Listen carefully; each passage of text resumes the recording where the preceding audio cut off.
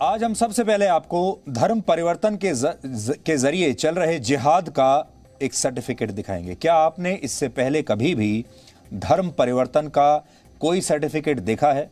लेकिन आज मैं अपने हाथ में धर्म परिवर्तन का एक सर्टिफिकेट लेकर आया हूं और एक एफिडेविट भी लेकर आया हूं जिसमें लिखा है किसी के बारे में कि वो अपना धर्म परिवर्तन कर रहा है और उसका एफिडेविट है। आज हम आपको ये बताएंगे कि 22 साल का मनु यादव कैसे इस एफिडेविट के जरिए अब्दुल मन्नान बन गया। मनु यादव मूक बधिर है, यानी ना तो वो बोल सकता है और ना ही वो सुन सकता है। मनु यादव के परिवार ने उसे नोएडा के एक मूक बधिर स्कूल में पढ़ने के लिए भेजा था, लेकिन बाद में परिवार को पता चला कि स्कूल में पढ़ने वाला मनु यादव अब मनु यादव नहीं रहा, बल्कि वो अब्दुल मन्नान बन चुका है। और उसका परिवार हैरान रह गया जब उसे यह बात पता चली। सोचिए, एक ऐसा लड़का जो ना तो बोल सकता है ना सुन सकता है, उसने अपने धर्म परिवर्तन का फैसला कैसे लिया होगा। यह धर्म परिवर्तन के जिहाद का एक नया मॉडल है जिसे रोके जाना बहुत जरूरी है। और इसीलिए आज हम सबसे पहले डीएनए में यही खबर आपको दिखा रहे हैं। आपको याद होगा हमने कल भी आपको यह खबर दिखाई थी डीएनए में सबसे पहले, और आज उसी खबर का दूसरा हिस्सा आप देख पाएंगे। डराने वाली खबर है ये। और सोचिए, ये सारा जो काम हो रहा है दिल्ली और दिल्ली के आसपास के इलाकों में हो रहा है, खुलेआम। दिल्ली, गुड़गांव और नोएडा, ये 3 जगहों की खबर है। और हो सकता है आप जिस शहर में रहते हो, जिस राज्य में आप रहते हो, वहां पर भी आपके आसपास ये सब चीजें चल रही हों और आपको पता ना हो। बहुत सारे लोग ऐसे हैं जिन्होंने सुना तो है लेकिन देखा कभी नहीं, इसलिए आज आप देख भी पाएंगे। सबसे पहले हम आपको मनु यादव के बारे में बताते हैं जो इसी साल 11 जनवरी को अब्दुल मन्नान बन गया। मेरे हाथ में इस समय मनु यादव का कन्वर्जन सर्टिफिकेट यानी धर्म परिवर्तन का प्रमाण पत्र है, और इसे आप धर्म परिवर्तन के जिहाद का पहला सर्टिफिकेट भी कह सकते हैं, क्योंकि आपने शायद इससे पहले धर्म परिवर्तन का सर्टिफिकेट नहीं देखा होगा। लेकिन इस मामले में ऐसे सर्टिफिकेट्स अब बनाए जा रहे हैं, बड़ी संख्या में बन रहे हैं। इस सर्टिफिकेट में लिखा है कि मनु यादव ने हिंदू धर्म छोड़कर इस्लाम धर्म को स्वीकार किया है और अब से उसका नाम मनु यादव नहीं बल्कि अब्दुल मन्नान हो गया है। बड़ी बात यह है कि इस पर एक काजी के हस्ताक्षर भी हैं और इस्लामिक दावा सेंटर की मोहर भी लगी हुई है, और इसमें लिखा है कि यह प्रमाण पत्र जिले के एसडीएम या नोटरी एफिडेविट के आधार पर जारी किया गया है। नोटरी एफिडेविट को शपथ पत्र भी कहते हैं, लेकिन इस सर्टिफिकेट में 2 बातें समझने वाली हैं। पहली बात यह कि इसमें सर्टिफिकेट को जारी करने की तारीख 11 नवंबर 2021 बताई गई है, और यह तारीख एक नहीं 2 जगह पर लिखी हुई है। हो सकता है एक जगह गलती से लिख दी हो, लेकिन 2 जगह पर गलती नहीं हो सकती।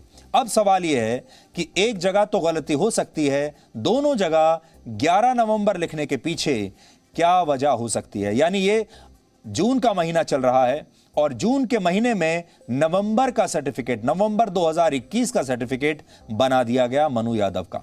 दूसरी बात यह कि इस सर्टिफिकेट में अब्दुल मन्नान के पिता राजीव यादव का गुरुग्राम का पता लिखा है, जबकि उसके पिता का कहना है कि उन्हें इसके बारे में कोई जानकारी थी ही नहीं। यहां एक महत्वपूर्ण बात यह भी है कि जिस नोटरी एफिडेविट के आधार पर यह सर्टिफिकेट जारी हुआ उसमें भी हरियाणा के गुरुग्राम का पता ही लिखा है, जबकि परिवार का कहना है कि किसी भी विभाग से कोई भी सरकारी अधिकारी इस पते की जांच के लिए उनके घर कभी नहीं पहुंचा।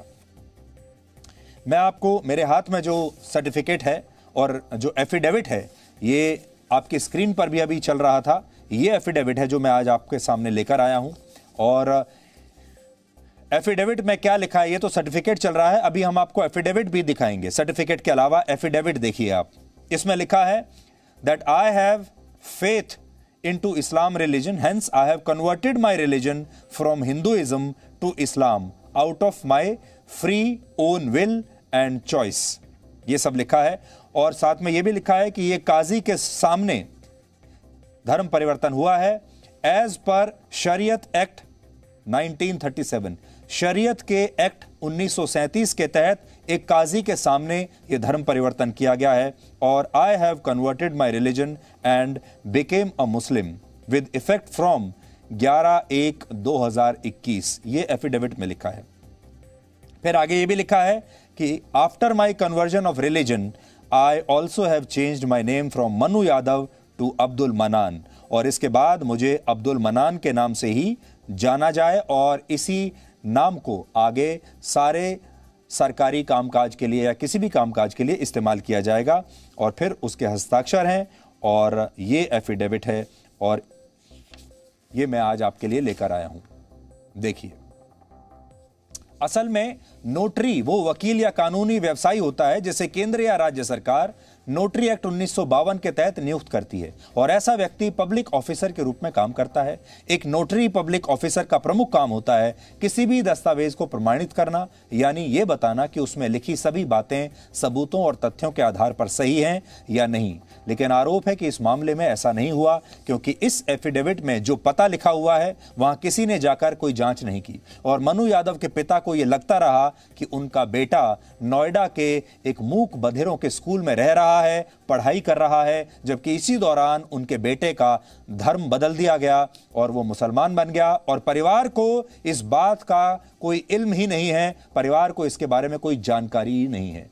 इस नोटरी एफिडेविट में लिखी कुछ और बातें अहम हैं जो मैं आपको बता भी चुका हूं। इसमें लिखा है मनु यादव बिना किसी दबाव के और अपनी स्वेच्छा से इस्लाम धर्म को स्वीकार करता है और वो चाहता है कि उसे अब अब्दुल मनान के नाम से ही समाज, रिश्तेदार और दोस्तों के बीच जाना जाए। ये नोटरी एफिडेविट 11 जनवरी को अटेस्ट करवाया गया था और इस पर दिल्ली सरकार द्वारा नियुक्त नोटरी पब्लिक ऑफिसर का नाम फिरोज अहमद लिखा हुआ है। सोचिए, मनु मूक और बधिर है। मनु जो कि ना कुछ बोल सकता है ना सुन सकता है, सिर्फ साइन लैंग्वेज समझ सकता है और इसी में अपनी बात भी कह सकता है। ऐसे 22 साल के एक लड़के का धर्म परिवर्तन हुआ और एफिडेविट में लिखा है कि धर्म बदलने का इतना बड़ा फैसला उसने खुद ही ले लिया। लेकिन वो एफिडेविट के बनवाते समय क्या ये बता पाएगा कि उसने ये फैसला खुद लिया है या उसके साथ जबरदस्ती की गई है, क्योंकि वो ना सुन सकता है और ना ही वो बात कर सकता है। इस बात से ही आप समझ सकते हैं कि इस मामले में किस तरह लोगों का धर्म बदला गया और फिर इस तरह के एफिडेविट से एक लीगल शील्ड तैयार की गई, कानूनी शील्ड तैयार की गई, ताकि ये लोग मामला सामने आने पर बच सके, इन्हें कोई पकड़ ना सके। क्योंकि अगर पुलिस आई पकड़ने के लिए तो वो इस एफिडेविट को सामने रख देंगे, सर्टिफिकेट को सामने रख देंगे और कहेंगे कि ये सब कुछ कानूनी तरीके से हुआ है। आज हमारी जी न्यूज की टीम गुरुग्राम में इस परिवार के पास पहुंची, मनु यादव के परिवार के पास, जो कि हरियाणा के गुरुग्राम में रहता है, और इस दौरान उन्होंने जो बातें हमें बताई हैं वो बातें आज पूरे देश को ध्यान से सुननी चाहिए। बेटे को लालच के बारे में बेटा ये कहता कि मेरे को तो आगे कह रहे हैं आगे अच्छा मोमडन हिंदू से मोमडन धर्म में जाऊंगा तो मेरे को अच्छा जॉब मिलेगा, मेरे को पैसा कमाने को अच्छा मिलेगा, मैं हवाई जहाज में दूसरे देश में जाके जॉब वगैरह करूँगा। इस तरह से मतलब उसको अच्छे मर जाएंगे तो तेरे को वे क्या नाम है ऊपर से हुर लेने आएंगे, पर ये हुर लेके आएंगी और वहाँ पर स्वर्ग में, मतलब इस तरह से मतलब वो कुल मिला के बनावटी बातें हैं जो कि सृष्टि कहाँ से हमारे से सृष्टि कहाँ से चालू हुई है, आदम बना दिया, हम आगे पसली तोड़ के वो उसकी औरत बना दी, मतलब इस तरह से मतलब पूरे ड्रामेबाजी उनका सिस्टम उसके दिमाग में डाल दिया। हिंदू धर्म में कुछ नहीं है, बनावटी है, इसका कुछ नहीं है हिंदू धर्म का। देवी देवता कितने देवी देवता को, अल्लाह एक है, देवी देवता इतने 36 करोड़ 30 करोड़ जितने भी हैं उनको कितने पूजेंगे, हमारे एक हम उसको पूछते हैं, तुम्हारी कौन कौन सुनेगा।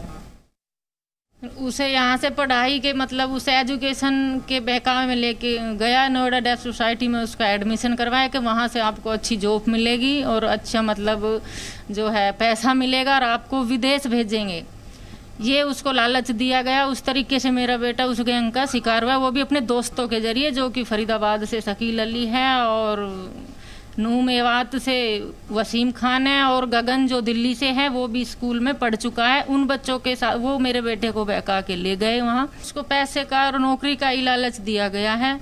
और मैंने जब ये बात पता लगी तो हमारे तो मतलब पैरों के तले से बिल्कुल ज़मीन चली गई और मेरा मतलब अंदर से इतना फट चुका था दिल कि हम तो अपने आप को संभाल ही नहीं पाए, हमारी तो आंसू ही बंद नहीं हुए अपने बेटे के लिए, मतलब कि भाई इसको कैसे वापस लाए। मेरा बेटा आने के लिए तैयार ही नहीं है, क्योंकि मेरे को वो भी प्रेशर बनाते हैं कि हमारे धर्म में आओ, और आप बनाते हो कि भाई अब हिंदू धर्म में रहूं, मैं कहाँ जाऊं। मैं तो मतलब आपको छोड़ दूंगा, लेकिन उस धर्म को मैं बिल्कुल भी नहीं छोड़ूंगा, ये मेरे बेटे ने बोला। तो अब आपने देख लिया कि कैसे युवाओं का ब्रेन वॉश किया जाता है और फिर उन्हें उनका धर्म परिवर्तन कर दिया जाता है। लेकिन ब्रेन वॉश करने के बाद धर्म परिवर्तन की आखिर जरूरत क्यों पड़ती है? ये कैसा जिहाद है? अब इन लोगों ने जिस तरह से मनु यादव को अब्दुल मनान बनाया, ठीक उसी तरह से और भी कई मूक बधिरों का धर्म बदला गया है और उन्हें इसी तरह से मुसलमान बनाया गया है। और ये सारे लड़के इन लोगों को नोएडा की डेफ सोसाइटी में मिले। एक डेफ सोसाइटी है, वहां पर मिले जहां मूक बधिरों के लिए एक रेजिडेंशियल स्कूल चलता है। ये बात तो आपको और हैरान कर देगी कि नोएडा की इस डेफ सोसाइटी में पहले भी कई छात्रों का धर्म परिवर्तन किया गया है और इसकी शिकायत वर्ष 2019 में भी की गई थी। और यह बात खुद इस डेफ सोसाइटी की डायरेक्टर रूमा रोहा ने आज लखनऊ में एटीएस द्वारा की गई पूछताछ में स्वीकार की है। इसके अलावा एटीएस ने उनसे वर्ष 2011 से अब तक के सभी बच्चों की जानकारी देने के लिए कहा है और ऐसी संभावना है, आशंका है कि पिछले 10 वर्षों में इस डेफ सोसाइटी के जरिए हजारों छात्रों का धर्म बदला गया होगा। इस सोसाइटी को लेकर इसलिए भी सवाल उठ रहे हैं क्योंकि पुलिस ने अपनी एफआईआर में जिस मूक बधिर छात्र आदित्य गुप्ता का जिक्र किया है, उसका धर्म भी इन लोगों ने बदलवा दिया था। लेकिन कल ये छात्र रहस्यमय तरीके से अपने घर कानपुर लौट आया और उसने बताया कि नौकरी, मकान और शादी कराने का झांसा देकर इन लोगों ने उसका हिंदू से इस्लाम धर्म में परिवर्तन करा दिया। और इस मामले में भी ठीक वैसा ही धर्म परिवर्तन का प्रमाण पत्र दिया गया है जैसा मनु यादव का अभी हमने आपको दिखाया है। यानी ये प्रमाण पत्र बहुत सारे हैं, बहुत सारे लोगों का धर्म परिवर्तन करके इस तरह के प्रमाण पत्र उन्हें दिए गए हैं। आज हमारी टीम इस सोसाइटी के दफ्तर पर पहुंची, लेकिन हमें वहां आज कोई नहीं मिला। नोएडा डेफ सोसाइटी है जिसका यूपी एटीएस में जांच में नाम सामने आया है। उसकी ये बिल्डिंग है, एक पॉश एरिया है और उस पॉश एरिया के बीच में इतने बड़े लेवल पर साजिश रची जा रही थी। हम इस वक्त नोएडा डिफेंस सोसाइटी में हैं। हमारे साथ यहाँ मनीष हैं जो यहाँ काम देखते हैं। ये बच्चे इस वक्त यहाँ पढ़ाई कर रहे हैं? अभी तो ऑनलाइन बंद है, ये अभी तो ऑनलाइन पढ़ाई चल रही है। कितने इनरोल हैं एक टाइम जब सिचुएशन सही? यहाँ 500 से ज़्यादा बच्चे रहते हैं। यूपी एटीएस ने 2 लोगों को अरेस्ट किया है। वो कहें कि यहाँ पे जो बच्चे हैं उनका धर्म परिवर्तन कराया गया। इसके बारे में आपके पास क्या जानकारी? नहीं, इन दोनों का तो देखा आप लोग के माध्यम से कि कौन क्या तस्वीर है इनकी, तो ये तो कभी यहाँ आए ही नहीं, ना ऐसे जुड़ सकते। नहीं, बिल्कुल भी नहीं। और ये कैसे जुड़े हैं, किसके थ्रू, कहाँ पर ये इनका लिंक बैठा है, तो यहाँ तो कोई सवाल ही नहीं कि ऐसे लोग आए। यहाँ तो यंग बच्चों का होता है। आपको लग रहा है पुलिस गलत कह रही है? नहीं, ये लोग यहाँ नहीं, हमारे संस्था से उनका कोई वो नहीं है। जो 2 लोग का तस्वीर आप दिखा रहे हैं उनका हमारे संस्था से कोई ऐसा नहीं है, कोई लिंक नहीं है हमारे। कभी किसी ने अप्रोच किया यहाँ पे कि हमारे नॉलेज में कुछ ऐसा हम लोग कहेगा तो हम लोग खुद ही पुलिस कंप्लेन करेंगे। ऐसा तो नहीं आप छिपा रहे हैं कुछ? हाँ, हम लोग तो सपोर्ट कर, हम लोग क्यों छिपाएंगे? हम लोग तो चाहते हैं जो गलत करे उसको सजा मिले। ऐसे कैसे हो सकता है कि लगातार यहाँ पर इस तरीके से पुलिस कह रही है कि कन्वर्जन हो रहा था, बच्चों को टारगेट किया जाता है? जो लोग आपने तस्वीरें दिखाई कि ये लोग कैसे बच्चों को मैनिपुलेट करते हैं या कैसे कौन लोग इनसे जुड़े हैं, तो एक बार चीज़ें सामने आ जाएंगी कि ये कौन लोग हैं। अपने आप में काफ़ी सीरियस एलिगेशन है क्योंकि जहां ये डेफ सोसाइटी ये कह रही है कि उनको इस बात की जानकारी नहीं है कि किसी बच्चे का धर्म परिवर्तन किया गया जिस तरीके से यूपी एटीएस ने कहा है, तो ये हैरान करने वाली बात है कि किस तरीके से फिर एक कन्वर्जन किया गया होगा। अगर दोनों आरोपियों को यहाँ पे जो लोग काम करते हैं वो ये कह रहे हैं कि उन्होंने कभी देखा ही नहीं, तो फिर ये बच्चे किस तरीके से कन्वर्जन का शिकार हुए? ये मामला बहुत गंभीर है और इसकी तह तक जाने पर यह पता चलता है कि इन लोगों ने दिल्ली के जामिया नगर में धर्म परिवर्तन कराने की एक दुकान खोली हुई थी और इसी को देखते हुए उत्तर प्रदेश के मुख्यमंत्री योगी आदित्यनाथ ने इस मामले में गिरफ्तार हुए लोगों के खिलाफ national security act, gangster act और इनकी संपत्ति जब्त करने के निर्देश दिए हैं। किसी भी मामले में एनएसए के तहत तभी कार्रवाई होती है जब सरकार को यह लगता है कि कोई व्यक्ति उसे देश या राज्य की सुरक्षा सुनिश्चित करने वाले कार्यों को करने से रोक रहा है और ये कानून संदिग्ध व्यक्तियों की गिरफ्तारी करने का भी अधिकार सरकार को देता है। और इसी से आप समझ सकते हैं कि यह मामला कितना गंभीर है कि इसमें एनएसए एक्ट लगाया जा रहा है। कल हमने आपको बताया था कि भारतीय संविधान का भाग 3 विभिन्न मौलिक अधिकारों की गारंटी देता है और अनुच्छेद 25 से 28 में धर्म की स्वतंत्रता के अधिकार का उल्लेख किया गया है। इनमें अनुच्छेद 25 के भाग 1 में कहा गया है कि सार्वजनिक आदेश, नैतिकता, स्वास्थ्य और इस भाग के अन्य प्रावधानों के अधीन सभी व्यक्ति समान रूप से अपने विवेक की स्वतंत्रता और धर्म का अभ्यास और प्रचार करने के लिए स्वतंत्र हैं। कहने का मतलब यह कि भारतीय संविधान धर्म परिवर्तन की बात नहीं करता, लेकिन धर्म के प्रचार को लोकतांत्रिक मानता है और धर्म के प्रचार से ही लोग ये समझ लेते हैं कि वो अपने धर्म को फैलाने के लिए स्वतंत्र हैं। वर्ष 1947 में जब भारत को ब्रिटिश शासन से आजादी मिली और हमारे देश में भारत का संविधान बनाने के लिए संविधान सभा का गठन किया गया, तो इसका निर्माण करते समय इस मुद्दे पर काफी जोरदार बहस हुई थी। हमारे ज्यादातर देश के नागरिकों को इसके बारे में पता नहीं होगा। उस समय भी एक बड़ा मुद्दा था धर्म परिवर्तन का, क्योंकि उस समय जब अंग्रेजों की सरकार थी तो बहुत सारी जो मिशनरीज थी, क्रिश्चियन मिशनरीज, वो भारत के लोगों को क्रिश्चियनिटी में कन्वर्ट कर रहे थे। उस समय संविधान सभा के कई सदस्य इस बात को लेकर सहमत नहीं थे कि इसमें धर्म के प्रचार का शब्द जोड़ा जाए। इन सदस्यों में से एक पुरुषोत्तम दास टंडन तब चाहते थे कि 18 वर्ष से कम उम्र के बच्चों का धर्म परिवर्तन असंवैधानिक माना जाना चाहिए। उनके अलावा संविधान सभा के एक और सदस्य के.एम. मुंशी ने तब पुरुषोत्तम दास टंडन की बातों का समर्थन किया था और कहा था कि संविधान में इस बात का उल्लेख करना चाहिए कि जबरदस्ती और लालच देकर कराया गया धर्म परिवर्तन असंवैधानिक है। लेकिन इन बातों को तब संविधान सभा में नहीं माना गया और इसीलिए भारत में इसे लेकर कोई कानून नहीं बना। और इसकी वजह थी संविधान सभा के कुछ सदस्यों की अपनी एक जिद। इनमें कुछ सदस्य जो मुस्लिम और ईसाई धर्म से थे, उन्होंने ये मांग की कि धर्म के साथ संविधान में प्रचार शब्द को भी जोड़ा जाए और कुछ सदस्य इसमें धर्म परिवर्तन शब्द को भी जोड़ना चाहते थे। लेकिन आखिर में काफी बहस के बाद प्रचार शब्द को ही संवैधानिक दर्जा हासिल हुआ कि आप अपने धर्म का प्रचार करने के लिए भी स्वतंत्र हैं। और अब लोग धर्म के प्रचार करने के नाम पर ही बहुत सारी गैर कानूनी गतिविधियां कर रहे हैं, जिसमें धर्म परिवर्तन भी एक है। उस समय इस पर अपना मत स्पष्ट करते हुए संविधान सभा की एडवाइजरी कमेटी के चेयरमैन सरदार वल्लभ भाई पटेल ने कहा था कि अल्पसंख्यकों के हितों की रक्षा करना हम सब की जिम्मेदारी है। इन तमाम बातों का सार ये है कि संविधान का निर्माण करते समय भी ये सारे मुद्दे चर्चा के केंद्र में थे, लेकिन तब इस पर कोई ठोस नतीजा नहीं निकला और शायद यही वजह थी कि संविधान लागू होने के 4 साल बाद ही वर्ष 1954 में देश की संसद में धर्म परिवर्तन को लेकर पहला बिल पेश हुआ, लेकिन यह बिल कानून का रूप नहीं ले पाया और आज भी स्थिति वैसी ही है। संविधान में धर्म के प्रचार के शब्द को कुछ लोग हमेशा से धर्म परिवर्तन से जोड़ते आए हैं और इसे लेकर अपनी धर्मांतरण की दुकानें भी चलाते रहे हैं, जबकि इसका मूल उद्देश्य कभी भी ये नहीं था।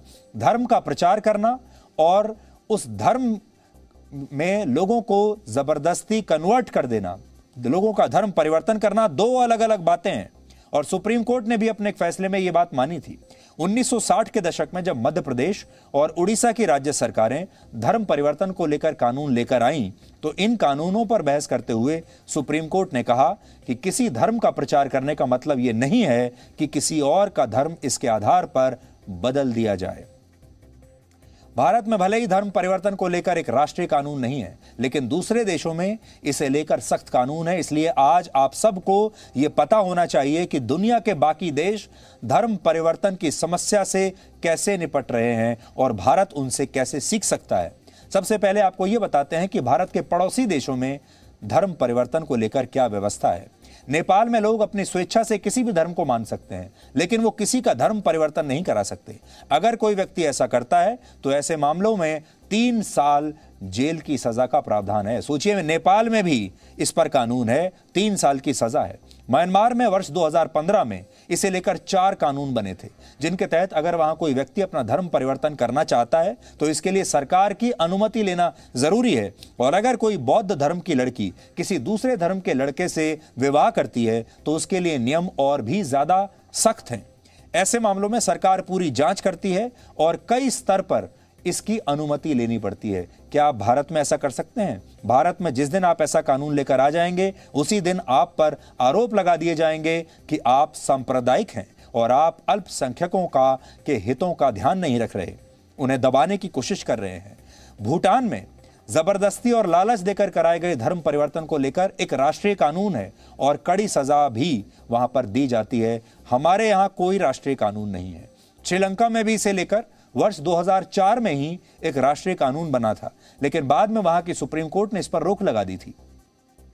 श्रीलंका की सरकार यह कानून तब इसलिए लाई थी क्योंकि 2004 की सुनामी के बाद वहां ऐसे कई मामले सामने आए जिनमें ईसाई मिशनरीज ने गरीब और असहाय सुनामी पीड़ितों का धर्म परिवर्तन करा दिया और उन्हें पैसा, नौकरी और मकान देने का लालच दिया।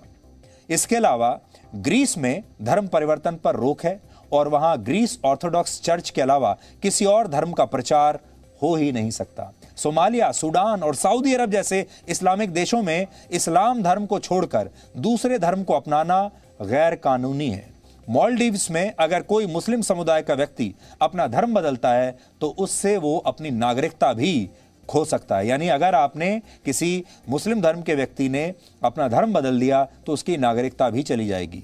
मलेशिया में भी कुछ दिनों पहले धर्म परिवर्तन का एक मामला बहुत चर्चित हुआ था। इस मामले में एक मुस्लिम लड़की का भारतीय मूल के एक लड़के से रिश्ता था, जिसके बाद उसने मुस्लिम धर्म छोड़कर ईसाई धर्म अपना लिया। लेकिन यह मामला बाद में वहां की हाईकोर्ट तक पहुंचा और अदालत ने इस धर्म परिवर्तन को गैर कानूनी मानते हुए खारिज कर दिया। उस समय अदालत ने कहा था कि वहां धर्म परिवर्तन की आजादी सिर्फ शरिया की अदालत से ही मिल सकती है।